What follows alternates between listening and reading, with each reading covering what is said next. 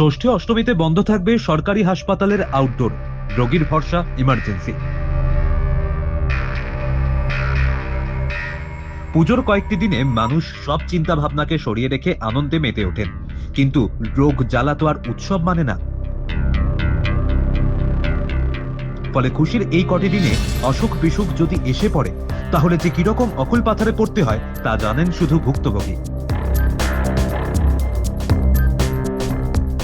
হাসপাতালের চিকিৎসক, নার্স, স্বাস্থ্যকর্মীরা অনেকেই ছুটিতে থাকেন।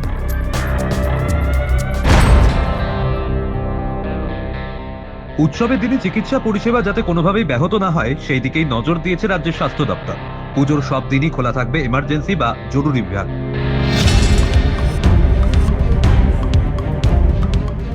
সূত্রের খবর, পুজোর দিন রাজ্যের সমস্ত সরকারি হাসপাতালের আউটডোর পরিষেবা চালু থাকবে। যদিও ষষ্ঠী পড়েছে রবিবার, তাই নিয়ম অনুযায়ী এদিন রাজ্যের অধিকাংশ সরকারি হাসপাতালের আউটডোর পরিষেবা বন্ধই থাকছে। তবে ছুটির দিনে কর্মী সংকট ঠেকাতে সরকারি হাসপাতাল ও মেডিকেল কলেজগুলিতে রোস্টার তৈরি হয়ে গিয়েছে অনেক আগেই। এছাড়াও আরো খবর, বেসরকারি হাসপাতালগুলিও পুজোর সময় পরিষেবা দিতে প্রস্তুত।